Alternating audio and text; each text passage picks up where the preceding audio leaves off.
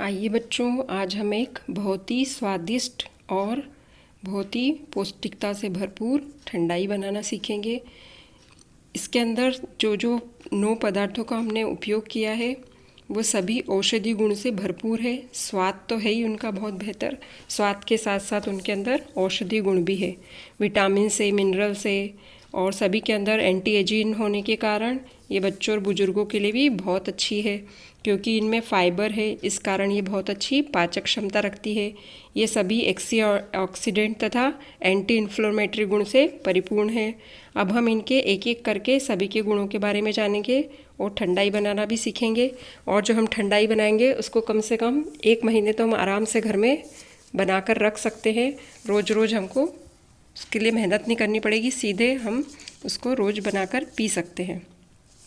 सबसे पहले है बादाम। प्रोटीन और फाइबर से भरपूर होता है और यह पेट को फुल रखता है बहुत देर तक। यदि हम 4 बादाम भी खाते हैं तो ऐसा लगता है हमने कुछ खाना खाया है और हमारा पेट भरा होता है। और पेट भरा होता है, इससे वज़न भी कम होता है, क्योंकि बार बार खाने का मन नहीं करता है। और इससे दिमागी क्षमता भी बहुत बढ़ती है और इससे मेटाबॉलिज्म तेज होता है। इसके अंदर विटामिन ई होता है, इसलिए यह स्किन के लिए भी बहुत अच्छा होता है और उपयोगी होता है। दूसरा है इसके अंदर काजू।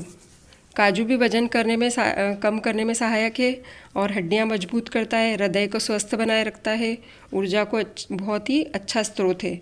दिन में 3-4 काजू खाना चाहिए और 3-4 काजू से यदि ज़्यादा खाते हैं तो कोलेस्ट्रॉल बढ़ने की संभावना होती है। तीसरा है खसखस। खसखस में बेशुमार औषधीय गुण होते हैं। दर्द निवारक के रूप में गर्म दूध में लेने से बहुत अच्छी नींद आती है। इसके अंदर ओमेगा 6 फैटी एसिड होता है, प्रोटीन होते हैं, फाइबर होता है, फाइटोकेमिकल्स होते हैं, विटामिन बी, थायमीन, कैल्शियम और मैग्नीशियम से भी भरपूर होता है। ये शरीर के लिए बहुत ही लाभदायक है। इससे सांस के रोग भी ठीक होते हैं, खांसी भी ठीक हो सकती है। भोजन का स्वाद बनाने के लिए ये उपयोग की जा सकती है सब्जियों में। और बलवर्धक भी है। गुर्दे की पथरी हो यदि किडनी में तो उसके अंदर अतिरिक्त कैल्शियम को भी ये अवशोषित करती है, अर्थात हमको या तो किडनी में पथरी होने नहीं देगी और अगर है तो उसको भी ठीक करेगी और मानसिक तनाव से भी मुक्त रखती है। इस तरह से खसखस हमें बहुत फ़ायदा करती है। उसके बाद हमारे जो चौथा पदार्थ है वो है सौंफ।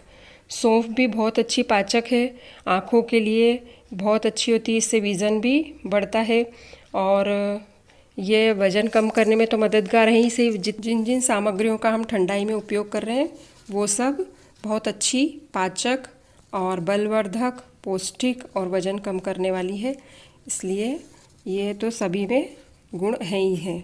ये अस्थमा को भी कम करती है सौंफ, है ना, सांस संबंधी बीमारियों को कम करती है, सांसों की दुर्गंध को हटाती है, कोलेस्ट्रॉल को कंट्रोल करती है, हमारे शरीर के कफ को नियंत्रित करती है और मस्तिष्क के लिए भी बहुत लाभदायक है। इसके बाद है हमारा 5वां जो पदार्थ है वो है किशमिश। किशमिश आँखों के लिए और पेट के लिए बहुत अच्छी होती है। खून बढ़ाने के लिए भी इसका उपयोग किया जाता है। जब हमको हीमोग्लोबिन कम हो जाता है तब भी किशमिश खाने की सलाह दी जाती है। इससे इम्यूनिटी बढ़ती है, खून साफ होता है, शरीर में एसिड की मात्रा को भी ये किशमिश कम करती है, इसलिए रोज़ 2-4 किशमिश हमें खाने के बाद ज़रूर खाना चाहिए। और पेट बहुत अच्छा रहता है इससे, और पेट अच्छा होगा तो सारे रोग भी दूर होंगे, हम बीमार नहीं होंगे। उसके बाद अगला पदार्थ है काली मिर्ची। पेपरिन नामक तत्व होने के कारण इसके अंदर औषधि गुण भरपूर है। ठंड में गले की बीमारियों से और जोड़ों के दर्द से भी ये निजात दिलाता है। गठिया, लकवा, खुजली आदि से भी लाभ मिलते हैं। एंटीऑक्सीडेंट तत्व पाए जाते हैं। स्किन स्वस्थ रखने में बहुत सहायक है। यदि चेहरे पे खील मुहासे हो तो वो भी ठीक हो जाते हैं। एंटी एजिंग होने का भी काम करती है। इसमें iron, potassium, magnesium, manganese, zinc, chromium, vitamin A और कई प्रकार के पोषक तत्व पाए जाते हैं। उसके बाद हमारा अगला पदार्थ है पिस्ता। पिस्ता में भी एंटीऑक्सीडेंट होते हैं। इसके अंदर कैलोरी कम होती है, इसलिए ये भी ज़्यादा खाया जा सकता है। हीमोग्लोबिन वजन नियंत्रित करती है, हीमोग्लोबिन बढ़ाती है, दिमाग के लिए बहुत अच्छा होता है। इसके बाद है मगज। मगज के बीज होते हैं, ये खरबूज तरबूज के बीज को बोलते हैं मगज। ये आँखों के लिए बहुत अच्छे होते हैं, इम्यूनिटी और बढ़ाते हैं हमारे शरीर की, और विटामिन सी से भरपूर होते हैं, प्रोटीन से भरपूर होते हैं, कब्ज में लाभ, तनाव दूर करने में सहायक, ब्लड प्रेशर कंट्रोल करने में, इस तरह से इसके अंदर भी कई सारे गुण पाए जाते हैं। फिर है केसर। केसर को हम कैंसर के बचाव के लिए भी माना जाता है, इसके लिए कि ये कैंसर से हमें बचाती है। इसके अंदर एंटी इन्फ्लेमेटरी गुण होते हैं, मतलब दर्द से हमें राहत दिलाती है, एंटीऑक्सीडेंट होते हैं, फाइबर होते हैं, manganese, vitamin C, potassium, iron, protein, vitamin A, और इसे दूध के साथ सेवन यदि हम करते हैं तो इससे डिप्रेशन व स्ट्रेस भी कम होता है। अब है चीनी। चीनी का इस्तेमाल हम इसमें प्रिजर्वेटिव के रूप में करेंगे, जिससे हमारी चाशनी के कारण जो ठंडाई बनाएंगे वो ख़राब नहीं होती है। इसके लिए चीनी का उपयोग करेंगे। इसकी जगह यदि हम मिश्री का इस्तेमाल करें तो और बेहतर होता है। मिश्री ज़्यादा फ़ायदा करती है। चीनी सिर्फ मिठास देगी, और मिश्री स्वास्थ्य के लिए भी अच्छी होती है, ठंडी होती है, इसलिए उसका उपयोग भी कर सकते हैं। और अब ये हमने जितनी भी सामग्री ली है, इन सबको हम 2-2 चम्मच, जो बड़े वाले चम्मच होते हैं हमारे टेबल स्पून, उनसे 2-2 चम्मच हम इसके अंदर सभी चीज़ें ले लेंगे। ये सौंफ है, काली मिर्च है, ये तो बरोबर 2-2 चम्मच ही लेना है। बाकी जितनी भी चीज़ें हैं थोड़ी बहुत ऊपर नीचे अगर होती है, कोई चीज़ 3 चम्मच है, कोई 1.5 चम्मच है, कोई 1 चम्मच है, तो भी कोई फ़र्क नहीं पड़ता है, क्योंकि सभी से कोई स्वाद में अंतर नहीं आएगा। सिर्फ काली मिर्ची और सौंफ बराबर मात्रा में हो, और बाकी सब चीज़ थोड़ी थोड़ी डाल सकते हैं। सबसे ज़्यादा इसमें जो लगता है वो है बादाम। बादाम की मात्रा बहुत सारी डालो तो ठंडाई का स्वाद बहुत अच्छा लगता है।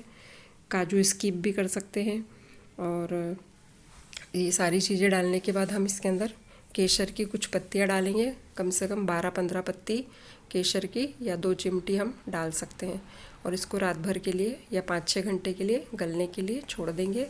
और जब ये गल कर तैयार होगा उसके बाद हम चाशनी बनाएंगे। कम से कम 500 ग्राम शक्कर लेनी है, और मीठा आपके ऊपर है, लेकिन फिर भी शक्कर इतनी लेनी है कि हमारी ठंडाई ख़राब ना हो। अब चाशनी बनने रख दी हमने। जब तक चाशनी बनेगी जब तक हम इसको मिक्सर में ग्राइंड कर लेंगे।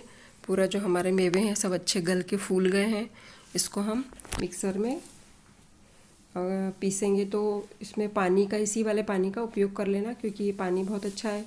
इसमें केसर और सारे जो बादाम वगैरह थे इन सब का ही पानी है, इसलिए इस पानी को फेंकना नहीं है, और इसी का इसमें इस्तेमाल करना है। और पीसने के बाद जब चाशनी अच्छी हो गई तो अब हम इसमें ये पूरा जो हमारा मिश्रण तैयार हुआ है ये इसके अंदर डाल देंगे, और इसको खूब अच्छे से पकाएंगे जब तक ये गाढ़ा ना हो जाए।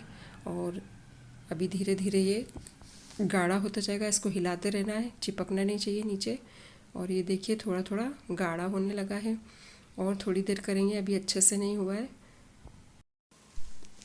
आधे घंटे में करीब ये अच्छी गाढ़ी हो जाएगी, और फिर इसको जब हम ठंडा करते हैं तो ये और अच्छी गाढ़ी हो जाती है। ये देखिए चम्मच से बताती हूँ मैं आपको, कितनी गाढ़ी हो गई है। ये ठंडी होने पे और थिक हो जाएगी।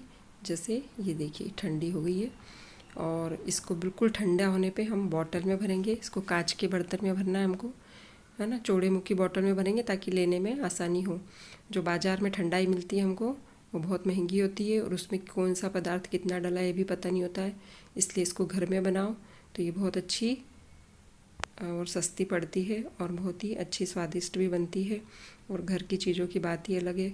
और 2 चम्मच दूध में डालकर सीधे से पी सकते हैं, बहुत ही अच्छी है। इसको आप ट्राई करिए। धन्यवाद।